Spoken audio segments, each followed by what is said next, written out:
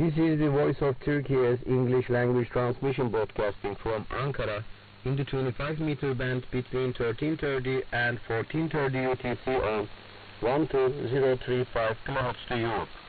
You can listen to us over the Turksat 3A and 4A satellites and on the internet at www.trt.net.tr through the Voice of Turkey link.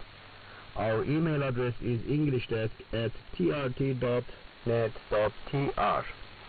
Following the news and view of the Turkish press, the Voice of Turkey will present some programs and some music.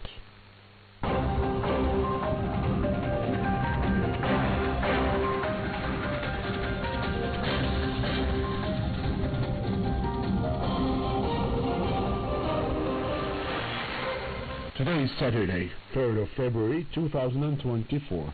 This is the news in English on the Voice of Turkey. 170 Palestinians killed in Gaza in the last 24 hours. Death toll climbs to 27,238. At least 107 Palestinians were killed and 165 others injured in the last 24 hours as Israel continues its onslaught on the besieged Gaza Strip, its health ministry said on Saturday. The Israeli occupation committed 12 massacres against families in the Gaza Strip, leaving 107 martyrs and 165 injured during the past 24 hours, the ministry said in a statement. Many people are still trapped under rubble and on the roads as rescuers are unable to reach them, the statement said. Despite a provisional ruling by the International Court of Justice last month, Israel continues its onslaught on the Gaza Strip, where at least 27,238 Palestinians have been killed, mostly women and children, and 66,452 injured since October 7th, according to the Palestinian health authorities. Israel has pounded the Gaza Strip since a cross-border attack by Hamas, which Tel Aviv says killed nearly 1,200 people.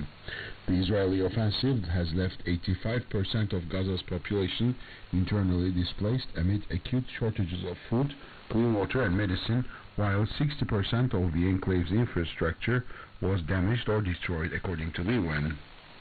In a related news, EU, ASEAN call for rapid, unimpeded humanitarian access in Gaza. The European Union and the Association of Southeastern Asian Nations, the ASEAN, on Friday expressed grave concerns over the developments in the Middle East and condemned the attacks against civilians.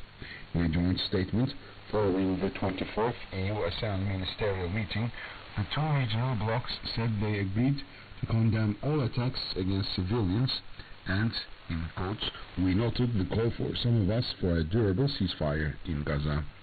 We called for a rapid, safe and unimpeded humanitarian access to all those in need, including through increased capacity at border crossings and through a dedicated maritime route, said the statement. It called on all parties to the conflict to protect civilians, refrain from targeting them and abide by international law, including international humanitarian law. The EU and ASEAN also called for the immediate unconditional release of all hostages, especially women, children, the sick and the elderly. The joint statement also said that the parties reaffirmed the importance of maintaining and promoting peace, security, stability, safety and freedom of navigation in and over flight above the South China Sea in accordance with international law.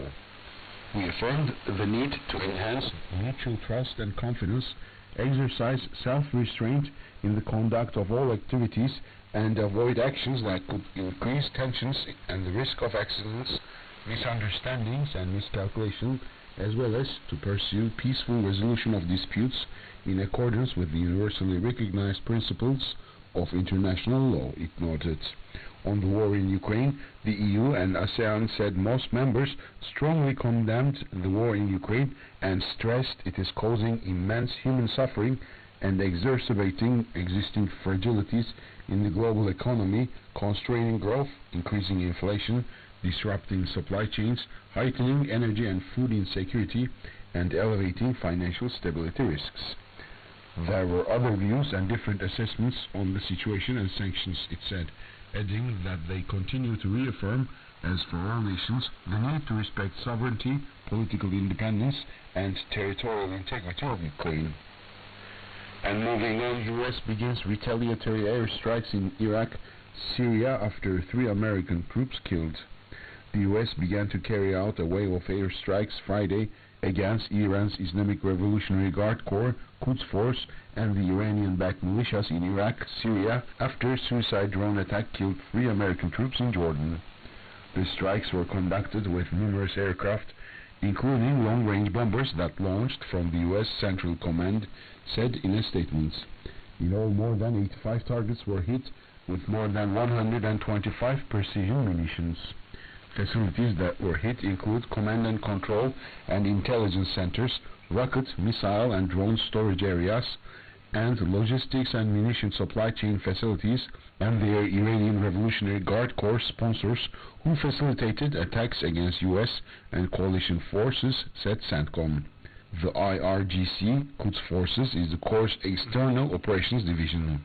President Joe Biden said the attacks were just the beginning of the US response. It will continue at times and places of our choosing, he said in a statement. The United States does not seek conflict in the Middle East or anywhere else in the world, but let all those who might seek to do us harm. If you harm an American, we will respond. A suicide drone attack killed 3 American troops and injured at least 34 others Sunday at Tower 22, a remote military installation in Jordan, near the Syrian and Iraqi borders. The US has formally blamed an umbrella group of Iranian-backed militias called the Islamic Resistance in Iraq. Iranian-backed militias have been carrying out drone and missile attacks on US forces in the region for months amid Israel's ongoing war against the besieged Gaza Strip. Sunday's fatalities were the first to have resulted from the attacks. Most others were intercepted or resulted in minor injuries to American forces. US President Joe Biden said Tuesday that he has determined how he will respond to Sunday's drone attack, but had not offered details on what it would entail. 10 people die in forest fires in Chile. Several people have died in forest fires in central and southern Chile, according to local authorities. Numerous fires broke out in the South American country's coastal cities of Valparaiso and Vina del Mar. About 10 people have died so far in the blazes that spread to residential areas. By Chilean President Gabriel Boric, who said on X, "We have directed all our crews to the central and southern regions of the country to intervene in the fires." Flames have rapidly spread towards the cities of Cancón, Quintero and Maitencio. Previously, some 13 people had died in the forest fires that broke in February in 2023 in Chile. And finally in the news, Axiom 3 space mission's return postponed. The return of the Axiom 3 mission crew from the International Space Station was postponed until at least Monday due to unfavorable recovery conditions, SpaceX announced early Saturday. We are now targeting no earlier than Monday, February 5th, for Dragon and the AX-3 crew to undock, the private space company said in an announcement on X about the return of the crew, including Turkey's first space traveler, Alper Gezer Avcı, on its Dragon capsule. Teams will continue to monitor weather ahead of the next undocking opportunity, it added. The Dragon capsule, which will carry Axiom 3 mission to Earth, was expected to undock from the International Space Station at 6 a.m. Eastern Time. The 4-person mission was launched from NASA's Kennedy Space Center, Florida, on January 19th on a SpaceX Falcon 9 rocket. The AX-3 space mission crew docked at the International Space Station on January 20th. Gezer Avcı and his 3 crewmates from Spain, Italy and Sweden were responsible for carrying out over 30 scientific experiments. And that was news in English on the Voice of Turkey.